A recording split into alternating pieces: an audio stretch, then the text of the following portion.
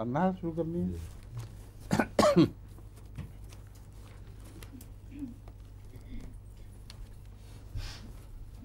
औज़ु बिल्लाहि मिनश शैतानिर रजीम।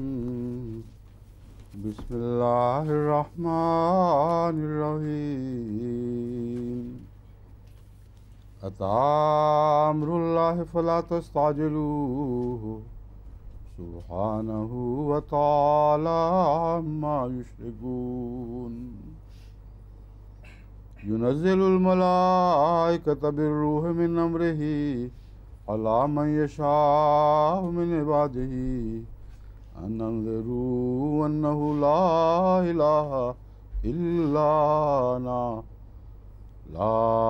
इलाहा इल्ला अना फत्तकून। खलक़स समावाति वल अर्ज़ बिल हक़्क़ तआला अम्मा युश्रिकून। खलक़ल इंसान मिन नुत्फ़तिन फ़इज़ा हुवा ख़सीमुम मुबीन। वल अनआम खलक़हा लकुम फ़ीहा दिफ़्उन व मनाफ़िउ व मिन्हा ताकुलून। वलकुम फ़ीहा जमालुनहीन तुरीहून व हीन तसरहून।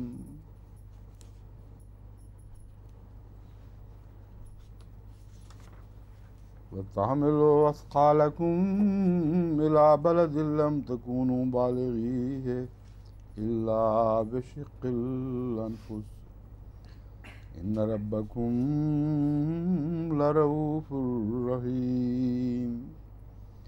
वल खैल वल बिगाल वल हमीर लितरकबूहा व ज़ीनह व यख़्लुक़ु मा ला तालमून।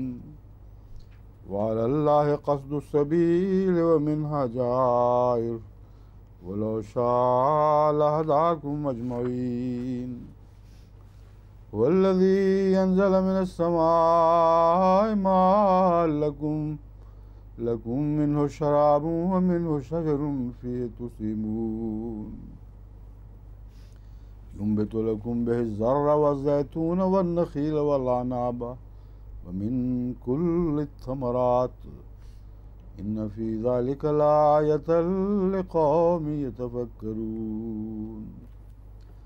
वसख़्ख़र लकुमुल लैल वन्नहार वश्शम्स वल्क़मर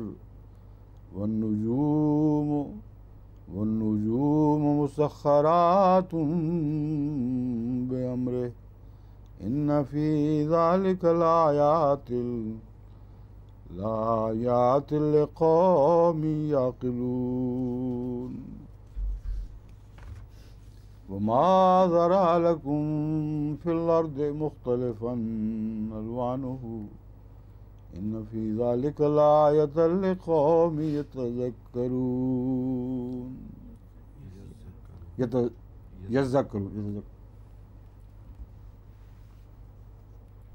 ये वो जो शब्द डाली हुई है ना, दो नुक्ते लग रहे हैं। इन्न फ़ी ज़ालिका लआयतन लिक़ौमिन यज़्ज़क्करून। वहुवल्लज़ी सख़्ख़रल बहरा लिताकुलू मिन्हु लहमन तरिय्यन व तस्तख़रिजू मिन्हु हिल्यतन तल्बसूनहा व तरल फ़ुल्का मवाख़िर फ़ीहि व लितब्तग़ू मिन फ़ज़लिही व लअल्लकुम तशकुरून। वअल्क़ा फ़िल अर्दि रवासिय अन तमीद बिकुम वअन्हारन व सुबुलन लअल्लकुम तहतदून। वअलामातिन व बिन्नज्मि हुम यहतदून। अफ़मन यख़्लुक़ु कमन ला यख़्लुक़ु अफ़ला तज़क्करून। व इन तउद्दू निअमतल्लाहि ला तुहसूहा इन्नल्लाहा लग़फ़ूरुर रहीम। वल्लाहु यअलमु मा तुसिर्रून व मा तुअलिनून। वल्लज़ीन यदऊन मिन दूनिल्लाहि ला यख़्लुक़ून शयअन व हुम युख़्लक़ून।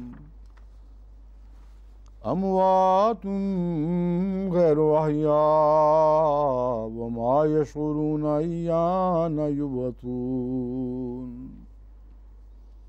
इलाहुकुम इलाहुन वाहिद फल्लज़ीना ला युमिनूना बिल आखिरति क़ुलूबुहुम मुनकिरतुन व हुम मुस्तकबिरून ला जरम अन्नल्लाह यअलमु मा युसिर्रून व मा युलिनून इन्नहु ला युहिब्बुल मुस्तकबिरीन व इज़ा क़ील लहुम माज़ा अंज़ला रब्बुकुम क़ालू असातिरुल अव्वलीन लियहमिलू औज़ारहुम कामिलतन यौमल क़ियामति व मिन औज़ारिल्लज़ीना युज़िल्लूनहुम बिग़ैरि इल्म अला साअ मा यज़रून।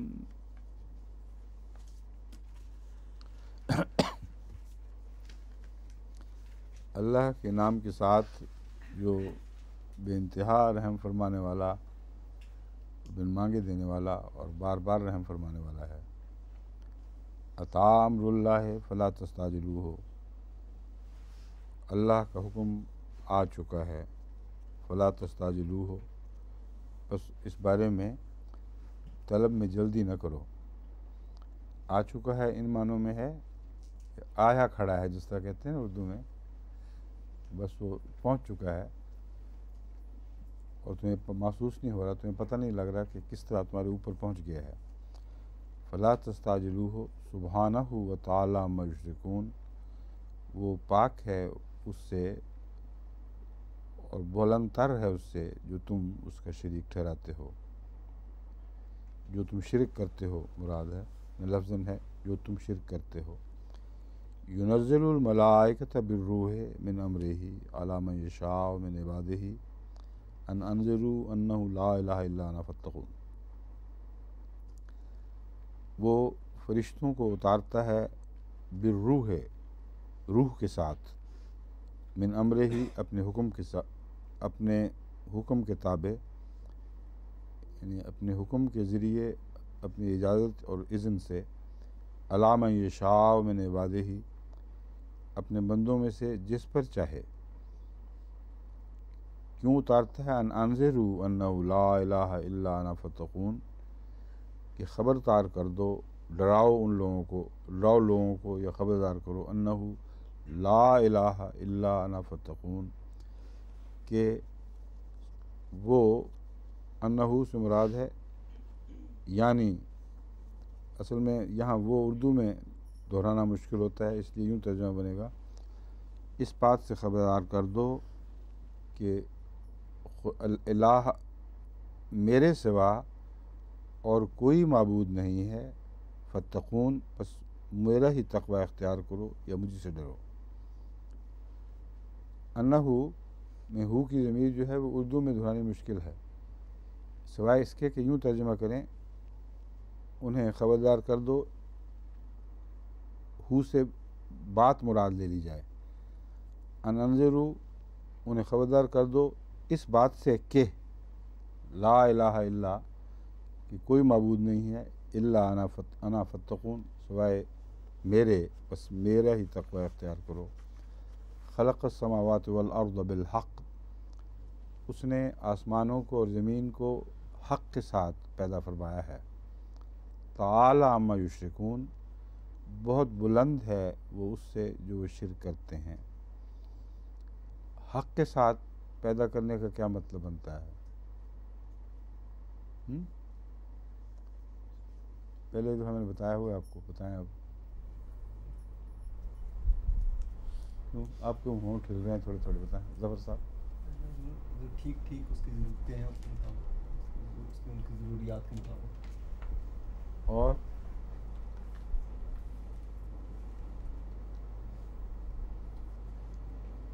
इसके हक़ के साथ जब आप इसको पढ़ते हैं तो वो आयत ज़हन में नहीं आती कि रब्बना मा खलक़ता हाज़ा बातिला, हक़ के बरक्स बातिल है। तो किसी चीज़ में भी बातिल का कोई ज़र्रा भी नहीं है और कोई चीज़ बेकार नहीं, कोई चीज़ बेमकसद नहीं, और ऐसी नहीं है जो ज़ाया जाने वाली हो और बेमानी और बेहकीकत हो। तो बातिल के मुकाबिल पर जो मानी भी बनते हैं वो सारे इस लफ्ज़ में दाखिल होते हैं क्योंकि तख्लीक ही के ताल्लुक़ में तहकीक करने वाले इंसान के दिल से बेख्तियार ये आवाज़ उठती है जो खुदा बयान फरमाता है, रब्बना मा खलक़्ता हाज़ा बातिला। तो हर चीज़ के अंदर एक ऐसी सच्चाई है जिसमें कोई तज़ाद नहीं है, और अगर सच्चाई से पैदा हुई हर चीज़ तो आपस में भी कोई तज़ाद नहीं होगा। तो ये सारा मज़मून लफ्ज़ हक़ के अंदर दाखिल है। ताला अम्मा युश्रिकून, बस जहाँ कानून कुदरत में कोई तज़ाद ही नहीं है और एक ही सच्चाई है, वहाँ शिर्क की गुंजाइश ही कोई नहीं। बस उससे वो बहुत बुलंद है जो वो शिर्क करते हैं। खलक़ल इंसान मिन नुत्फ़तिन फ़इज़ा हुवा ख़सीमुम मुबीन। इंसान को अल्लाह ताला ने नुत्फ़े से पैदा फरमाया, तो देखो अचानक वो कैसा खुला खुला झगड़ालू बन गया। अब इसका क्या ताल्लुक़ है पहली आयत से?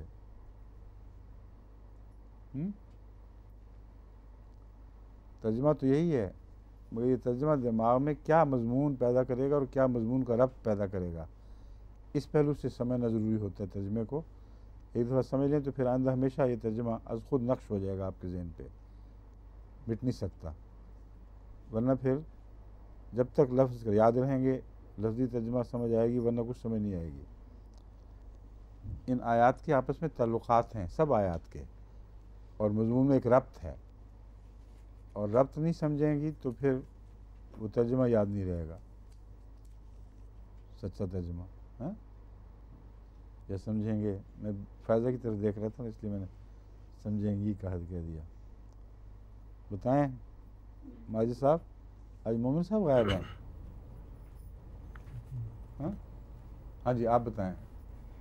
एक हकीर चीज़ से इंसान को पैदा किया, लेकिन वो अपने आप को तकब्बुर से वो तो ज़ाहिरी माना है, ताल्लुक़ का माना क्या है? हैं? ये तो है ही। ताल्लुक़ का माना क्या है?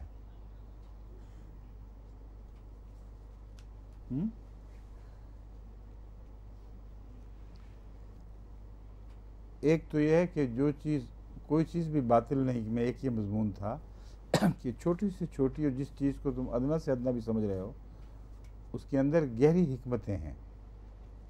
और नुत्फ़ा जैसे माय महीन फरमाया कुरान की दूसरी जगह इसको, एक ऐसा पानी जो तुम्हें बिल्कुल बेहकीकत सा और गंदा सा दिखाई देता है, उसके अंदर इंसान की तख्लीक के सारे अवामिल मौजूद हैं।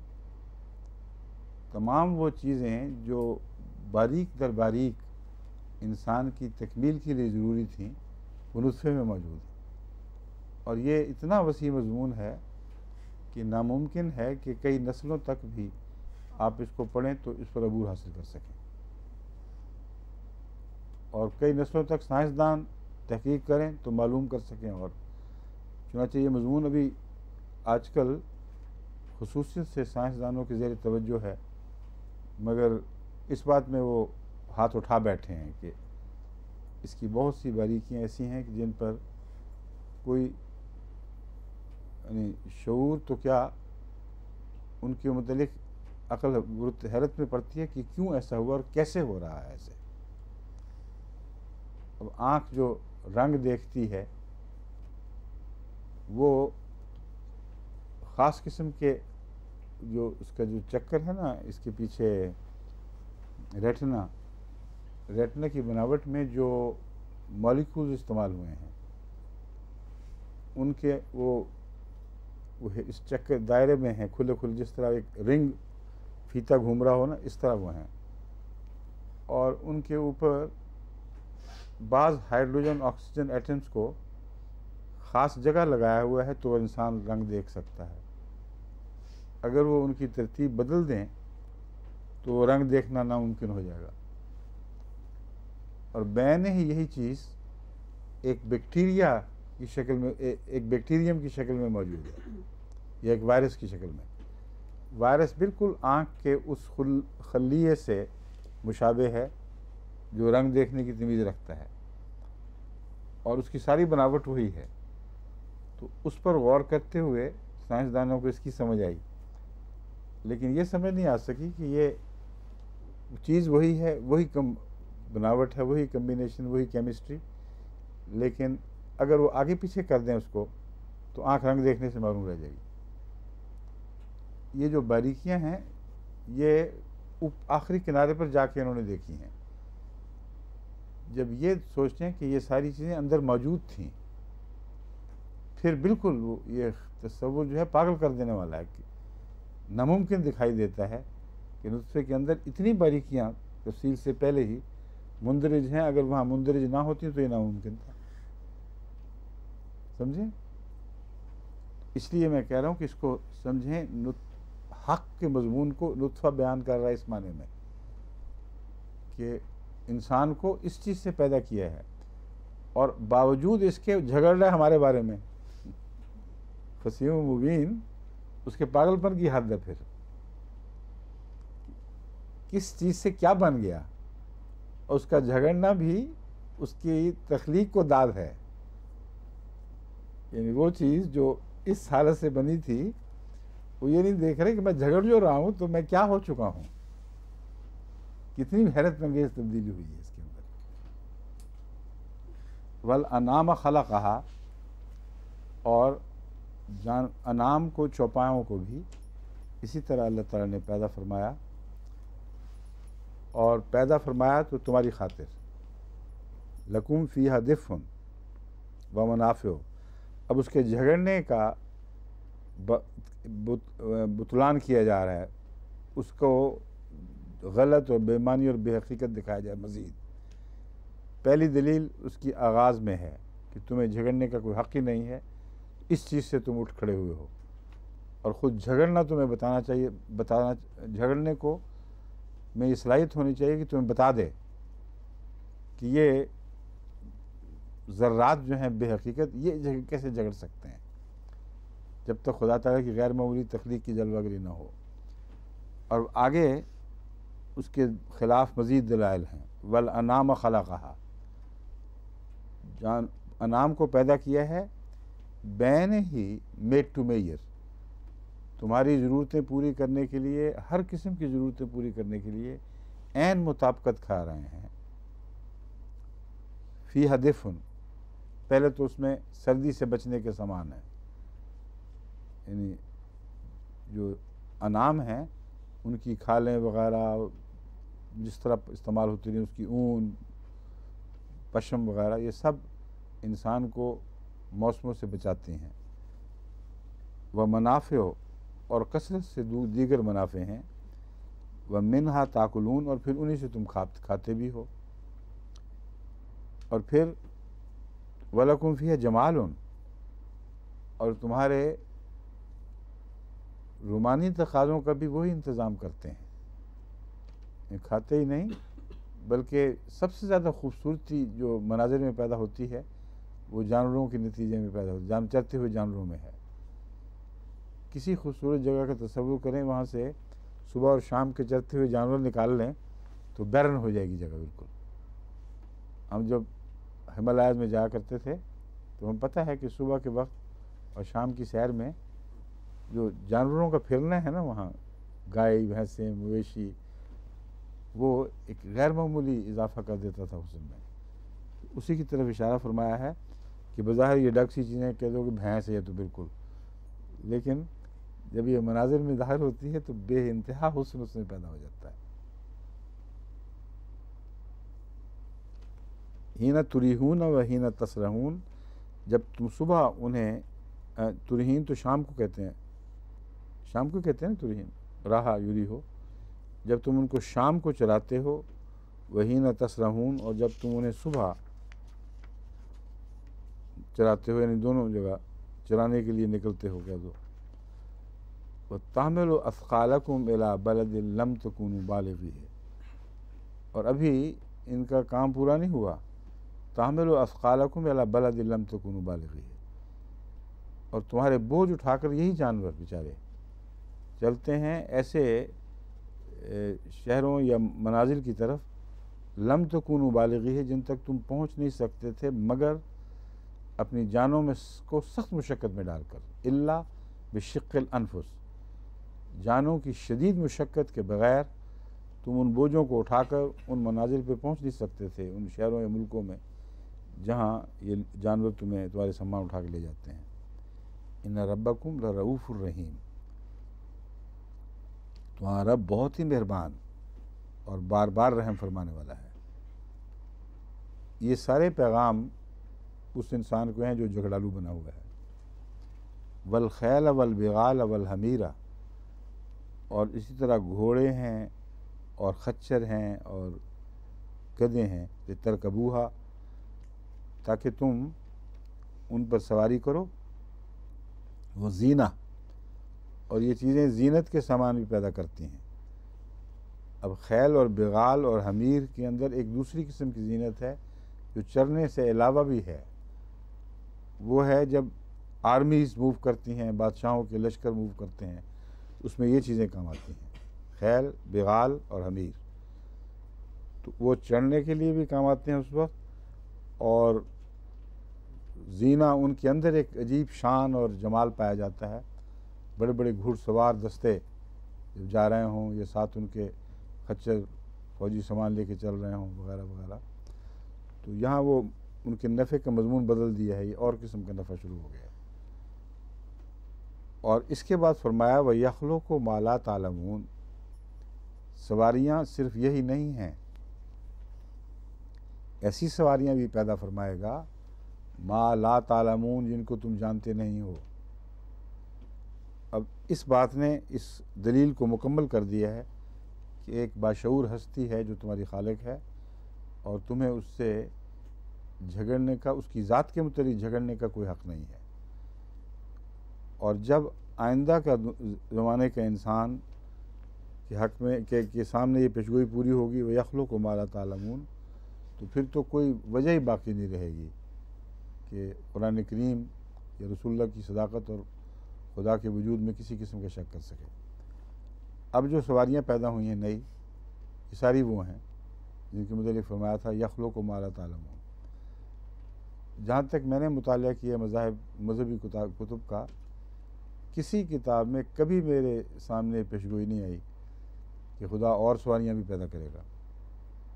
ये इत्तेफाकी हादसा तो नहीं हो सकता। आपको ये देखने के बावजूद ये सारे जानवर, कभी ज़िंदगी में ख्याल पैदा हुआ कि अल्लाह और भी पैदा कर देगा? इंसानी दिमाग जा ही नहीं सकता इस तरफ। और रसूल सल्लल्लाहु अलैहि वसल्लम को ना सिर्फ दिमाग गया, बल्कि दज्जाल के गधे की सूरत में उसकी तफासील भी पता लग गई। तो जो सवारियाँ पैदा होंगी वो आग से चलने वाली सवारियाँ होंगी। तो हैरत अंगेज़ अंदरूनी निज़ाम है कुरान करीम की शहादतों का, जो कुंज़ेन से कुंज़ेन इंसान को भी ज़हनी तौर पर मगलूब कर सकता है। आगे ज़िद उसकी हो तो और बात है, और उसके पास गुंजाइश कोई नहीं रहती कि इसके बाद फिर वो खुदा ताला की हस्ती का इनकार कर सके। व अलल्लाह क़स्दुस सबील व मिनहा जाइर वलो शाअ लहदाकुम अजमईन, और अल्लाह के लिए राह दिखाना है, व मिनहा जायर, जबकि बाद रास्ते उनमें से टेढ़े भी हैं। वलो शाअ लहदाकुम अजमईन, और अगर वो चाहता तो तुम सबको, सब तमाम तर सब के सब को हिदायत दे देता। अब ये हिदायत का मजमून कहाँ से निकला है? वो सफ़र की बातें हो रही हैं। दुनियावी सफ़र में खुदा ताला के पैदा करदा सामानों के बग़ैर तुम्हें ताकत ही नहीं कि तुम इख्तियार कर सको। तुम कैसे सोच सकते हो कि रूहानी सफ़र खुदा ताला की मदद और उसकी नुसरत के बग़ैर कर सको, जबकि सब रास्ते सीधे नहीं हैं और ख़तरों से खाली नहीं हैं। वमिनहा जायर, बहुत सी सड़कें हैं जिनको तुम समझ रहे हो सड़कें हैं, तुम्हें मंजिल मकसूद तक ले जाएंगी, वो टेढ़ी सड़कें हैं जो किसी जगह तुमसे धोखा कर सकती हैं। वलो शाअ लहदाकुम अजमईन, हाँ अगर चाहता अल्लाह तो तुम सबको हिदायत देने की ताकत रखता था, लेकिन ये उसके फ़ैसले के ख़िलाफ़ है कि तुम्हें ज़बरदस्ती हिदायत दे। हुवल्लज़ी अंज़ल मिनस समाए मा लकुम मिन्हु शराबुन व मिन्हु शजरुन फ़ीहि तुसीमून, और उसने वही है अल्लज़ी जिसने अंज़ल मिनस समाए मान, आसमान से पानी उतारा, लकुम तुम्हारे लिए, मिन्हु शराबुम व मिन्हु शजरुन, उसमें पीने के सामान भी हैं और उसमें नबातात उगाने के की ताकतें भी हैं। यानी पानी की तरफ हो की ज़मीर अगर जाएं, ले जाएं तो यूँ बनेगा कि वो पानी जिसमें पीने की सिफ़ात भी रखी गई हैं और शजर पैदा करने की सिफ़ात भी रखी गई हैं। या पीने के भी वही काम आता है और नबातात को उगाने में शजर से मुराद यहाँ दरख्त सिर्फ नहीं है, बल्कि कुरानी मुहावरे में शजर बाज़ दफ़ा हर किस्म की नबातात और रोईदगी के लिए इस्तेमाल होता है। फ़ीह तुसीमून, और इस तुसीमून ने बता दिया कि शजर में हर किस्म की रोईदगी शामिल है, वरना अक्सर जानवर जिनका जिक्र है वो दरख्तों से नहीं खाते, वो घास चरते हैं।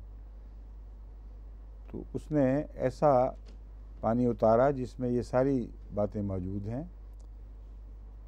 युम्बितु लकुम बिहिज़्ज़रा, और तुम चराते हो, तुसीमून में नहीं चराते हो, इसी शजर में और इसी पानी में तुम उनको भी चराते हो। युम्बितु लकुम बिहिज़्ज़रा, उससे वो तुम्हारे लिए खेतियाँ निकालता है या उगाता है। व ज़ैतूना व नखीला व अनाबा व मिन कुल्लि थमरात, और जैतून भी और खजूरें भी और अंगूर भी और हर किस्म के फल। इन्न फ़ी ज़ालिका लआयतन लिक़ौमिन यतफ़क्करून, यकीनन इसमें बहुत से निशानात हैं ऐसी कौम के लिए जो फ़िक्र करती है। अब कुरान करीम ने वो फल, बहुत से फल हैं जो बयान नहीं किए, लेकिन उनकी तरफ दूसरी आयत में इशारे मौजूद हैं कि वो किस किस्म के फल होंगे।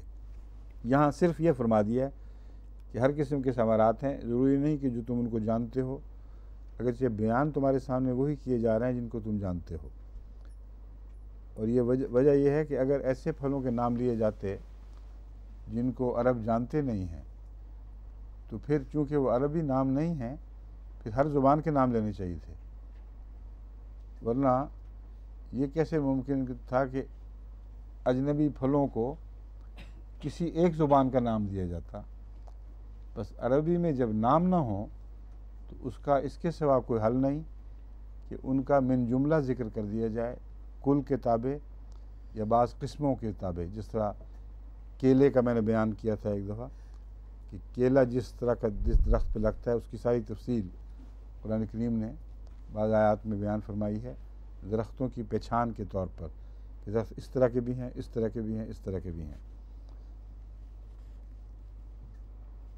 लेकिन इस बात में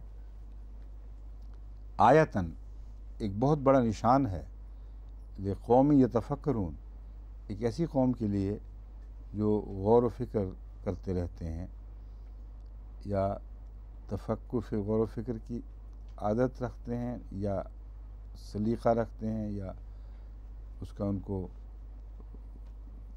उनके अंदर पोटेंशियल है, उनकी सलाहियत है कि वो गौर व फ़िक्र करें। मिन कुल्लि समरात के बाद इन्न फ़ी ज़ालिकल आयतन क्यों कहा गया है? ये सब चीज़ें जमा में हो रही हैं, बहुत वसी मज़मून है, पानी का उतरना, जानवरों का पैदा होना, और आगे जाके बात ये निकाली लआयतन, एक ही आयत है।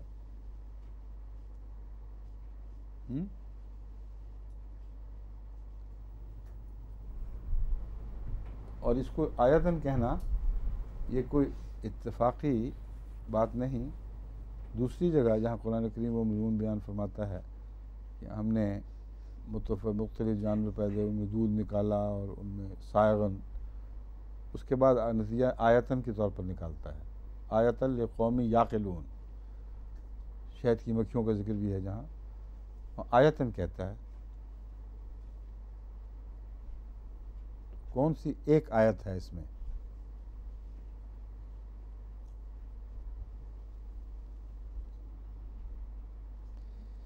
यहाँ आयत से मुराद वो आयत है जिसको खुदा ताला की हस्ती के दलील के तौर पर लोग मांगा करते हैं।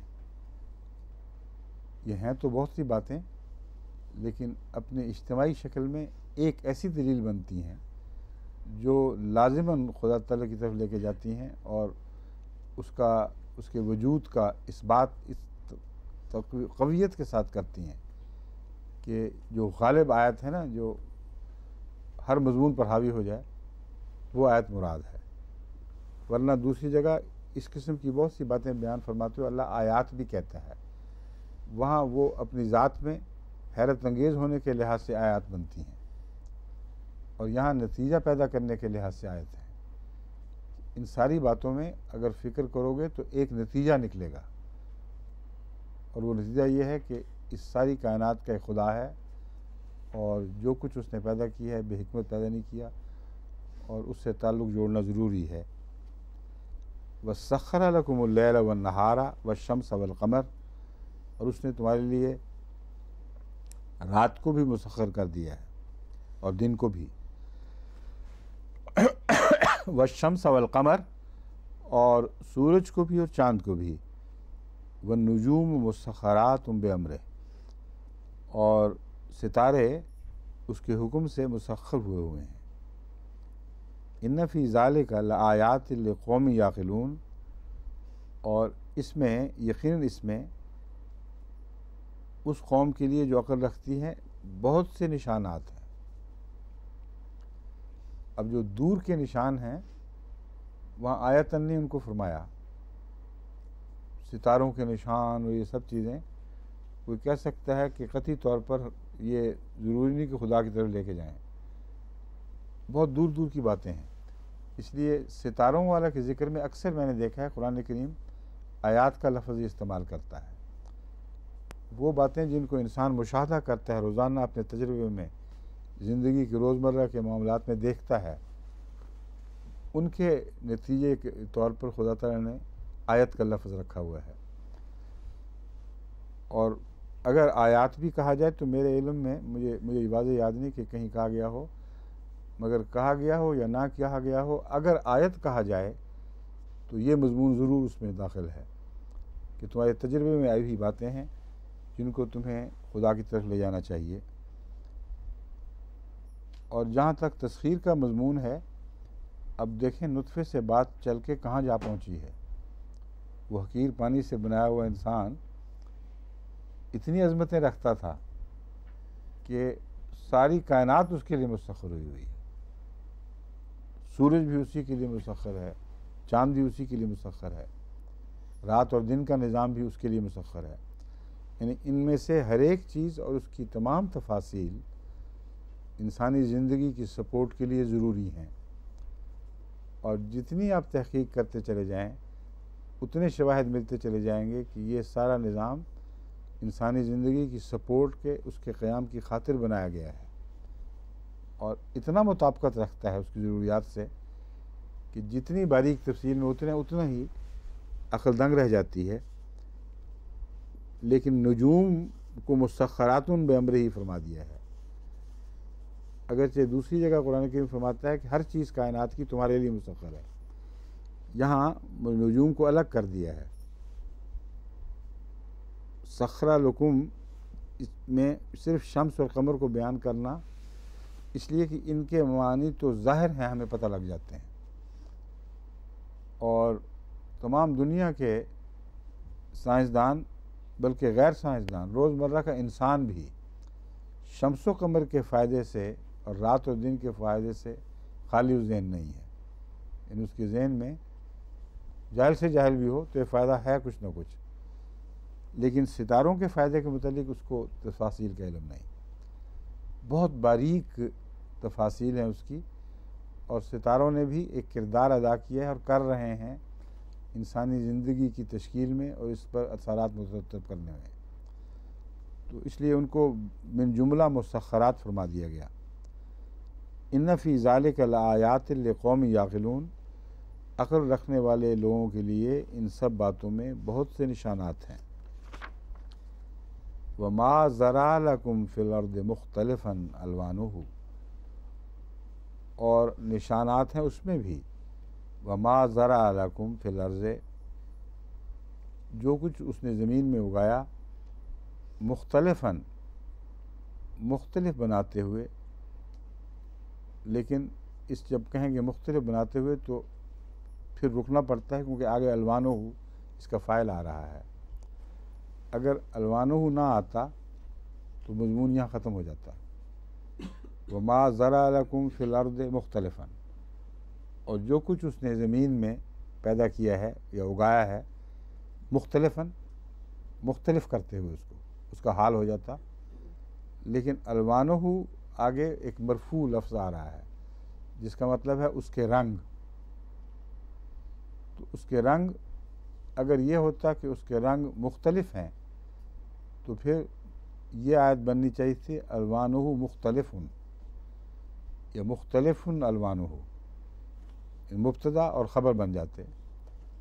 मगर यहाँ जो मुख्तलिफन लफ्ज़ आया है इसने जो माहिरीन ज़ुबान हैं उनमें इख्तलाफ पैदा कर दिया है, हालांकि इख्तलाफ होना नहीं चाहिए।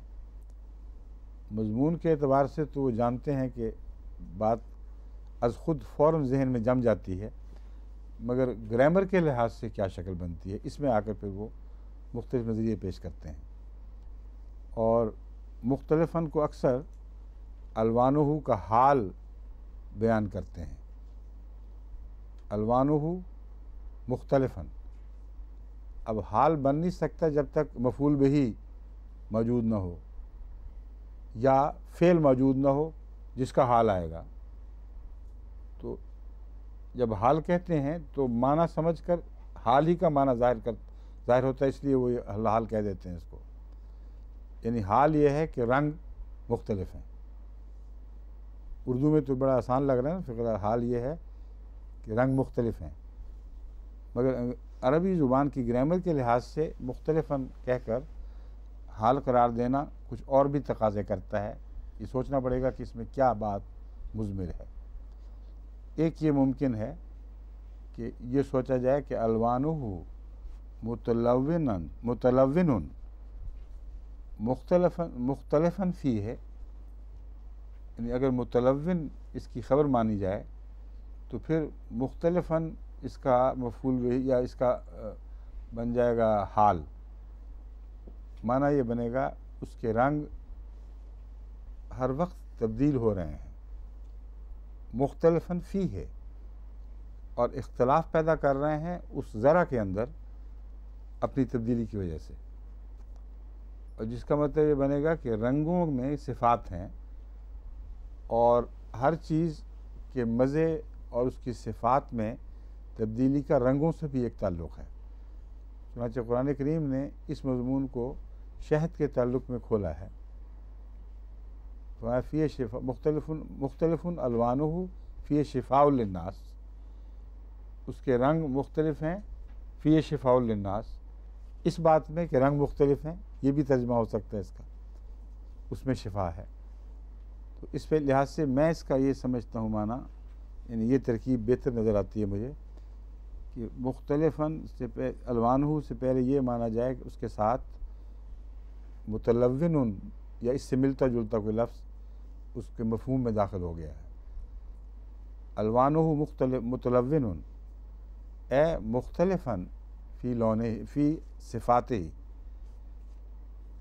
मुतलव्विन इस हाल में है कि सिफ़ात ज़रा की सिफ़ात में इख्तिलाफ़ पैदा कर रहे हैं और ये हाल बन गया है उनका, समझे?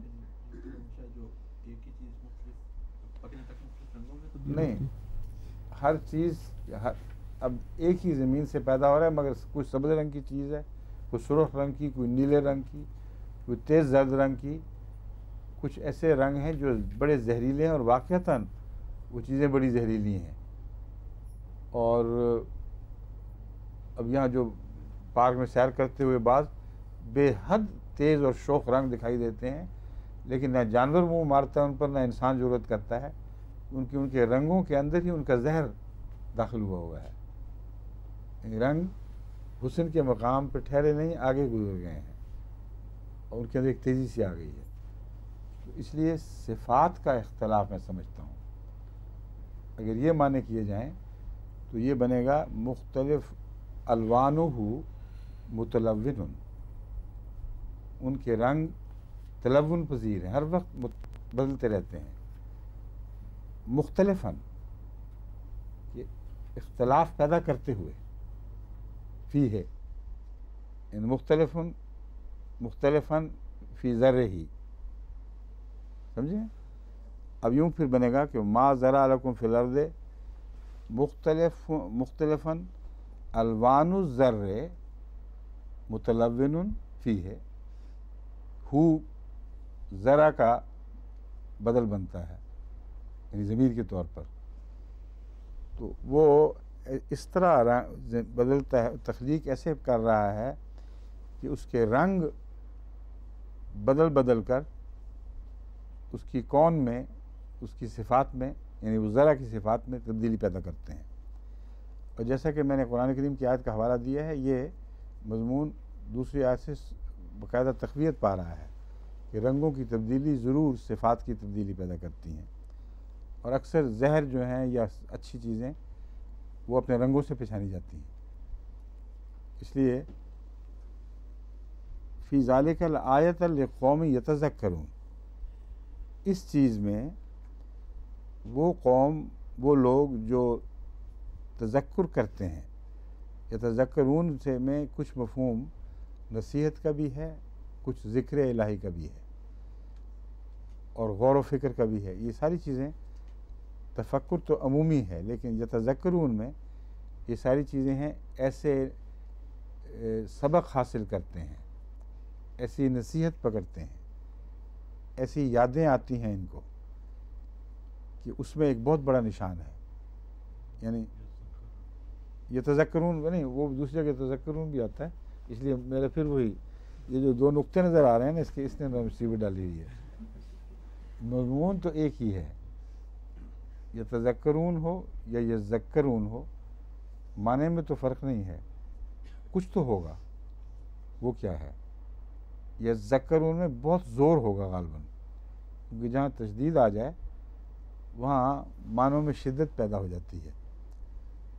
तो ये कह सकते हैं जो बहुत ज़्यादा तज़क्कुर करते हैं, उससे जो इस बात पर तुले बैठे हैं कि हमें इन बातों पर गौर करके तो कोई शवाहिद खुदा ताला की हस्ती के या निशानात तलाश करेंगे, तो ऐसे लोगों के मतलब कह सकते हैं यज़क्करून। वहुवल्लज़ी सख़्ख़रल बहरा लिताकुलू मिन्हु लामन तरिया, और वही है जिसने समंदर को भी तुम्हारे लिए मुसख्खर कर दिया। अब आप देखें, मिट्टी, पानी, हवा, खला, समंदर, हर चीज़ तो मुसख्खर कर दी है, और किसके लिए? वो नुत्फ़े से पैदा हुआ इंसान, वो आगे झगड़ रहा है आगे। तो ये मज़मून मुसलसल चल रहा है इसी तरह। लिताकुलू मिन्हु लामन तरिया, ताकि तुम उसमें से ताज़ा गोश्त खाओ। अब तरिया का लफ्ज़ ताज़ा के लिए इस्तेमाल होता है, जो दूसरे मीट्स या गोश्तों के लिए इस्तेमाल नहीं होता। यानी ना बकरी के गोश्त के लिए, ना गाय के गोश्त के लिए, ना ऊँट के लिए, किसी गोश्त के लिए कुरान करीम ने तरिया का लफ्ज़ ख़ुसूसियत से नहीं रखा, सवाए मछली के गोश्त के या समंदर में पैदा होने वाली चीज़ों के गोश्त के। इसमें कोई हिकमत होनी चाहिए, और वो हिकमत जो, और हिकमतें होंगी, लेकिन जो हिकमत साइंस के ज़रिए हमें मालूम हो चुकी है वो ये है कि प्रोटीन, जो समंदरी जानवरों की प्रोटीन हैं उनमें और खुश्की या हवा के जानवरों की प्रोटीन्स में एक बुनियादी फ़र्क है। वो लाहमियात, जो प्रोटीन्स हैं उनको लाहमियात कहते हैं। वो लाहमियात जिन्स जो इसका मछली का गोश्त बनाती हैं, वो यूँ ही मछली की जान ख़त्म हो तेज़ी से बदलने लगती हैं, और उनमें लम्हे लम्हे का फ़र्क पड़ना शुरू हो जाता है, जबकि आम गोश्त में ये बात नहीं है। इसलिए आप इसको, मछली के गोश्त को फ्रीज़ भी कर दें, तो जिस वक्त दाखिल किया था उस वक्त और निकालने के वक्त में बहुत फ़र्क पड़ चुका होगा। इसलिए जो ताज़ा मछली का मज़ा है वो चंद घंटे या एक दिन पुरानी मछली का हो ही नहीं सकता। हम जो अपने अहमदनगर में तालाब पे जाया करते थे तो वहाँ फ़ायदा वगैरह सब थे, याद है इनको। वहाँ जो निकाल के मछली तलते थे वो चीज़ ही और थी। अभी तक कई दफ़ा याद करते हैं बच्चे कि वो क्या बात थी। हालांकि वो आम मछली थी जो बाज़ारों में मिलती थी, मगर बड़ा फ़र्क था।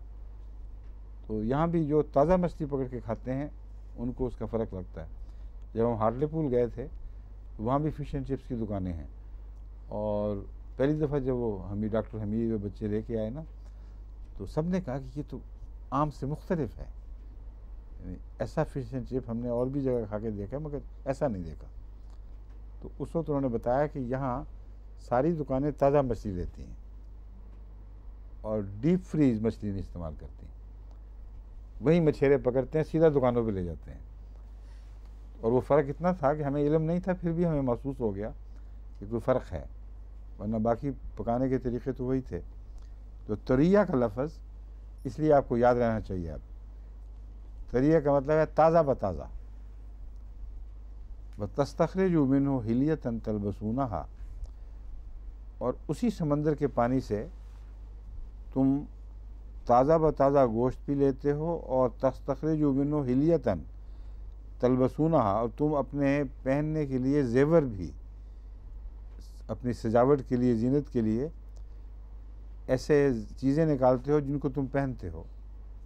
हिलिया जेवर को कहते हैं जो तुम पहनते हो। अब उसमें घूंगे हैं, कई किस्म के कीमती पत्थर भी हैं समंदर के अंदर, और बहुत मोती हैं, बहुत ही बड़े बड़े कीमती खूबसूरत मोती। ये सब उसी पानी से निकल रहे हैं, और पानी गंदा है। यहाँ मिन्हो तशरबून कहीं नहीं फरमाया, क्योंकि तशरबून होता तो मारा जाता आदमी। तो ये फ़र्क बता रहा है खुदा ताला कि वहाँ पीने के पानी से तो तुम समझ जाते हो कि ये चीज़ें बन गई। जैसा पानी पीने में इस्तेमाल हुआ, खाने में भी उसकी चीज़ें इस्तेमाल हो गई। लेकिन समंदर में तुम क्या हिकमत बयान करोगे कि समंदर के पानी में पैदा होने वाले जानवर सारे उस मनफी उन मनफी नमकात से खाली हैं जिनमें वो पलते हैं जानवर। यानी समंदर में नेट्रम्योर यानी सोडियम क्लोराइड भी पाया जाता है, मगर इसके अलावा बहुत से ऐसे मनफी असर रखने वाले नमकियात हैं जो इंसान के मैदे को घोल दें, अंतड़ियों को गला दें। नामुमकिन है कि समंदर का पानी पीने वाला बच सके। इसलिए ये पानी है जिससे लामन तरिया पैदा हो रहा है, और इस पानी पर ही मछली पल रही है। और तस्तखरिजू मिन्हु हिलियतन, फिर इनसे भी तुम्हारे लिए, जिस तरह वो जानवर जो खुश्की के हैं उनसे भी कोई लिबास निकाला था, उनसे भी जीनत के सामान पैदा फरमाए थे, इनसे भी तुम्हारी जीनत व्यवस्था कर दी, साथ खुराक भी और जीनत भी। बतरल फुल का मवाखिर फ़ी है, और तुम कश्तियों को उनके अंदर समंदर को फाड़ते हुए देखते हो। इस तरह चलती हैं कि वो फाड़ कर, लहरों को फाड़ कर निकलती हैं।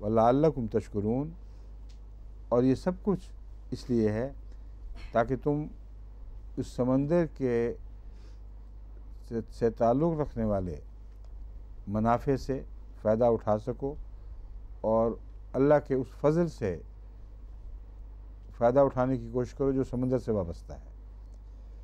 तब तो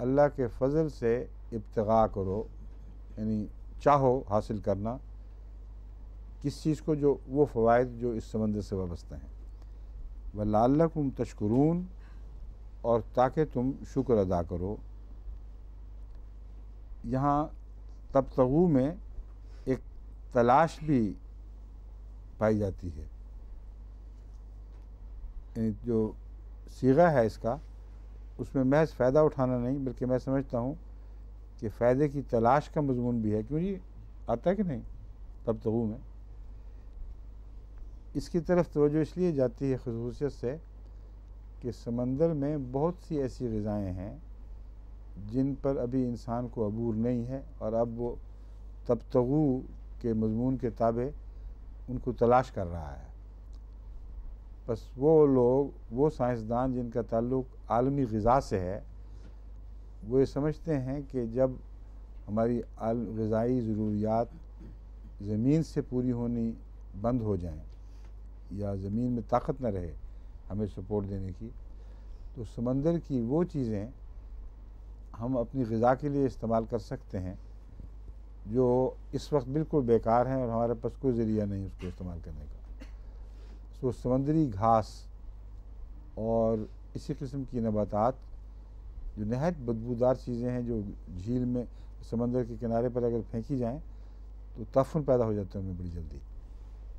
उनसे अब वो प्रोटीन्स निकाल रहे हैं जिनके गोश्त भी बना रहे हैं, और अगरचे वो गोश्त महंगा पड़ता है और शुरू में इंसान को अपने आप को समझाना पड़ता है कि गोश्त है, मगर वो गोश्त की सिफात ज़रूर रखता है।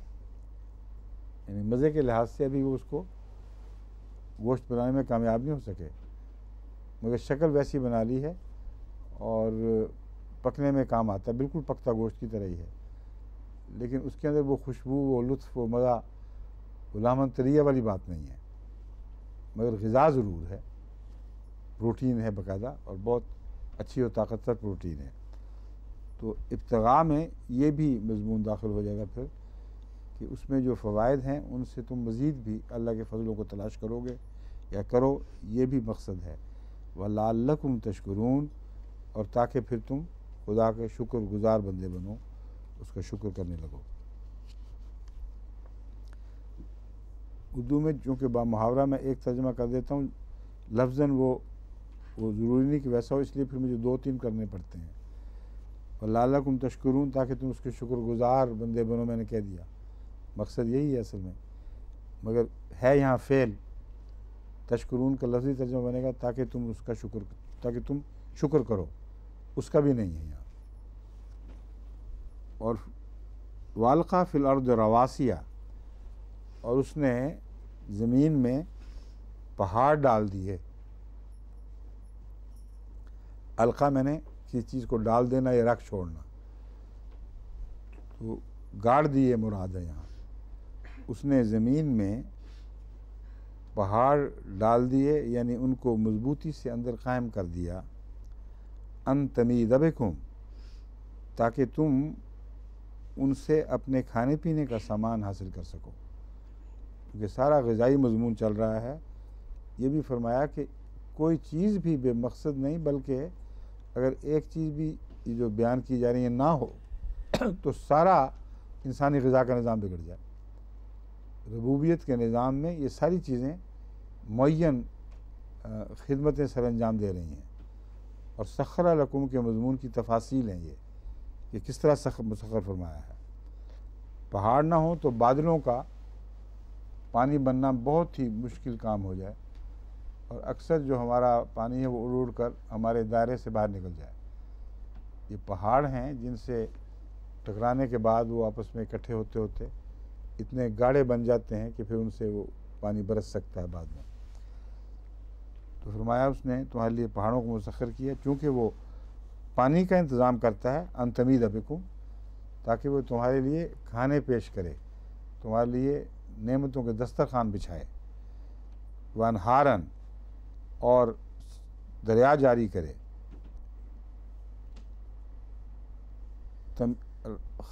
अनहारन है उसका हाल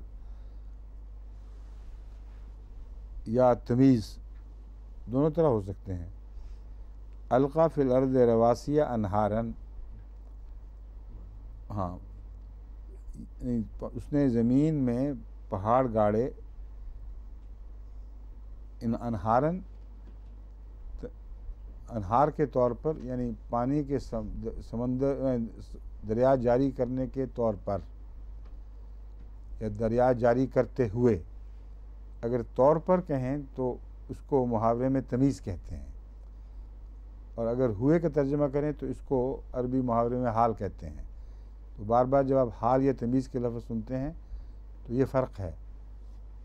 इस तौर पर, यानी इस गरज से, इस मकसद के लिए इसको मफूल लहू भी कह देते हैं। मगर तमीज़ जब उसका तशख़्ख़ुस कर दे कोई फ़े लफ्ज़, तो उस तशख़्ख़ुस वाली हालत को तमीज़ कहते हैं। यानी इबहाम सा था, उसने खोल दिया, तो जो हम उर्दू में उसके लिए तौर का लफ्ज़ इस्तेमाल करते हैं। उसने पहाड़ पैदा किए दरियाओं के तौर पर, यानी इन मानों में कि तुम्हारे लिए दरिया बने, या दूसरा हाल क्या यूँ बनेगा,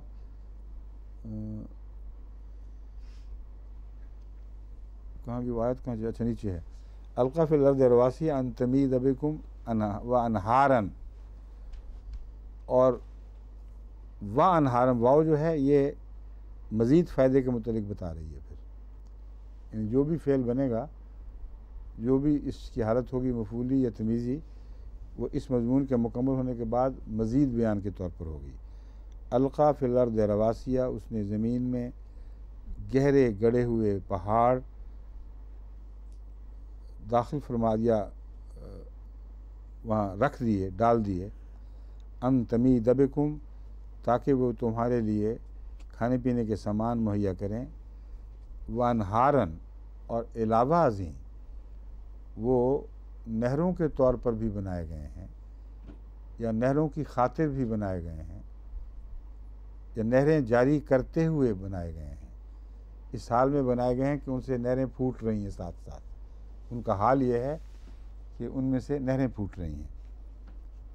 वह सुबुलन, और रस्तों के तौर पर भी, पहाड़ जो हैं उनके अंदर अनहार के साथ रस्तों का ताल्लुक़ बंधा हुआ है।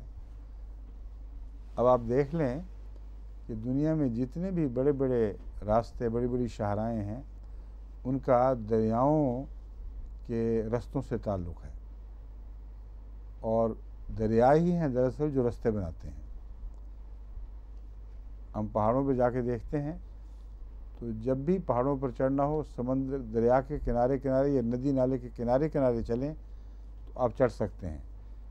वैसे जान जोखों का काम है, क्योंकि नहरों ने लंबे अरसे तक चलते चलते उनके अंदर एक, उनकी ऊंच नीच में एक नरमी सी पैदा कर दी है, और एक मलायमत आ गई है, जिसकी वजह से अचानक ऊंचा और अचानक नीचा की बजाय इस हद तक आपस में उनका ऊंच नीच मिल गया है कि इंसान बाज़ जगह मुश्किल से और बाज़ जगह आराम से दरियाओं के किनारे चल सकता है।